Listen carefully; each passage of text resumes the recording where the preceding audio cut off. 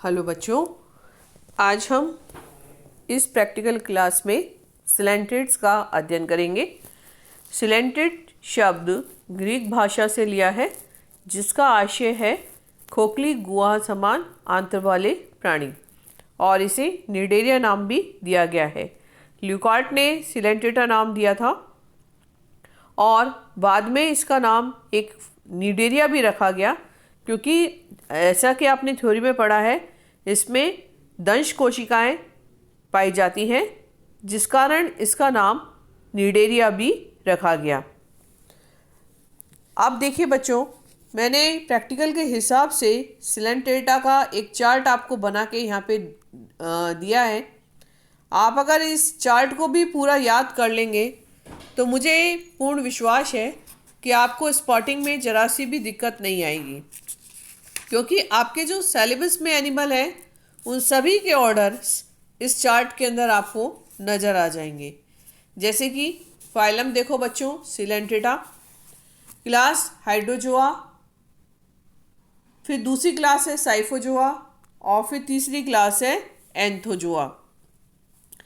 अब आप हर एक की तीनों क्लासेस के जो करेक्टर हैं या आप अपनी थ्योरी क्लास में पढ़ रहे होंगे बच्चों कि हाइड्रोजोआ के क्या करेक्टर हैं। जैसे हाइड्रोजोआ में विशिष्ट पॉलिप्स पाए जाते हैं, साइफोजोआ में मेडुसा प्रमुख रूप से पाए जाते हैं, और एंथोजोआ है उसके अंदर पूर्णतः पॉलिप्स ही पाए जाते हैं। कोरल्स जो होते हैं, कोरल जो नाम आपने सुना होगा, कोरल बनाने वाले जो सिलेंट्रेट्स हैं वो सारे के सारे आपके एंथोजोआ के अंदर रखे गए हैं। तो मेरे पास कई बच्चों के लगातार फ़ोन भी आ रहे हैं। मैंने आप लोगों को बच्चों शुरुआत में ये बता दिया था कि आपको रिकॉर्ड कैसे बनाना है। ड्राइंग शीट आपको लेफ़्ट साइड में लगानी है, राइटिंग शीट आपको सीधे हाथ की तरफ लगानी है। उसका एक नामांकित चित्र बनाइए। जो भी फाइलम में आपको एनिमल्स आपके सिलेबस में है, सारे के सारे सिलेबस में एनिमल्स जितने भी हैं वो अपनी पीडीएफ में मैंने आपको बाकायदा हर क्लास में डाले हैं, और उनका आपको वर्गीकरण लिखना है और करेक्टर्स आपको राइटिंग पेज पे लिखने हैं। यहाँ पर भी देखिए बच्चों, मैंने आपके सिलेबस में जो भी एनिमल्स हैं इस समय उनका वर्गीकरण तक भी इस चार्ट के माध्यम से आपको पहुँचाया है।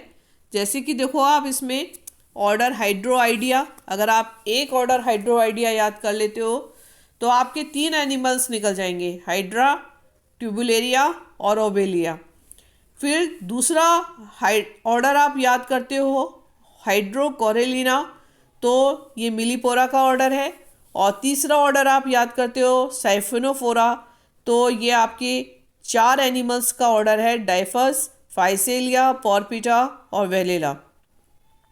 ऐसे क्लास साइफोजोआ में आए आप तो वहाँ पर एक ही ऑर्डर है सिस्मेटोमी, और इसमें एक ही एनिमल है, दैट इज़ ऑरेलिया, जिसे आप सामान्य भाषा में जेलीफिश कहते हैं। और तीसरा क्लास है आपके पास एंथोजोआ, और इसमें ऑर्डर के साथ मैंने एनिमल्स का नाम लिख रखा है। तो सिर्फ आपको याद करना ऑर्डर है और एनिमल का नाम याद करना है। तो जैसे स्टोर्नीफेरा, इसमें एनिमल है ट्यूबिपोरा, फिर एलाइकोनेशिया, एलाइकोनियम, फिर सीनोथैला तो हेलिपोरा, गोर्गोनेशिया, गोर्गोनिया, पिनेटुलेसिया, पिनेटुला, एक्टिनेरिया, मेट्रिडियम, जॉन्थिडिया, जॉन्थस, और मैड्रिपोरारिया, दैट इज़ मैड्रिपोरा या और फिंजिया। तो इस चार्ट के माध्यम से मैंने आप लोगों के सामने सभी एनिमल्स के ऑर्डर लिख दिए हैं। अगर आप सिर्फ ये चार्ट याद कर लेते हैं तो भी बच्चों आपको पूरा सिलेंट्रेटा याद हो जाएगा।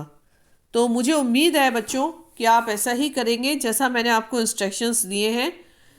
और देखो, आप जैसे पहला मिलीपोरा है, मैंने आपको बताया फाइलम सिलेंट्रेटा, क्लास हाइड्रोजोआ और ऑर्डर हाइड्रोकोरेलिना। आप यहाँ पे चार्ट में आके देखिए, वही हाइड्रोकोरेलिना और मिलीपोरा है। तो लगभग मैंने सभी एनिमल्स के इसी तरीके से बनाए हैं।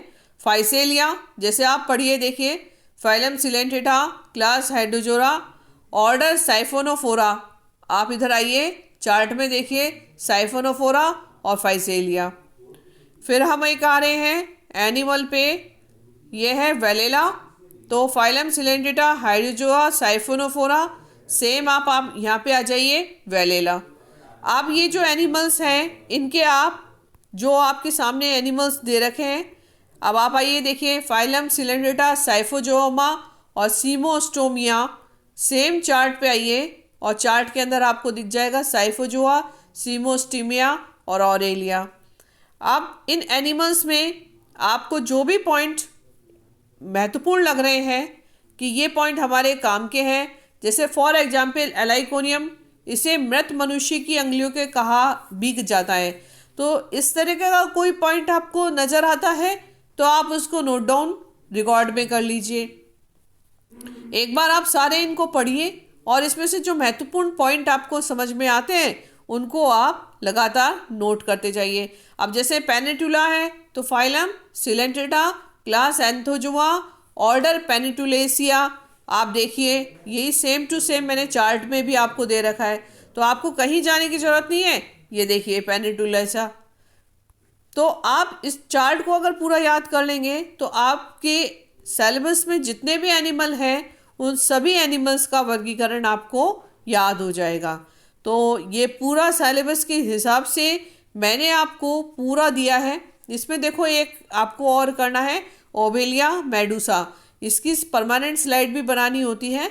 और सिलेंटेड्स आपने थ्योरी में पढ़े होंगे कि पॉलीमॉर्फिज्म दिखाते हैं, बहुरूपकता। पॉलिप और मेडुसा दो अवस्थाओं में पाए जाते हैं। तो ओबेलिया की पॉलिप अवस्था और मेडुसा अवस्था।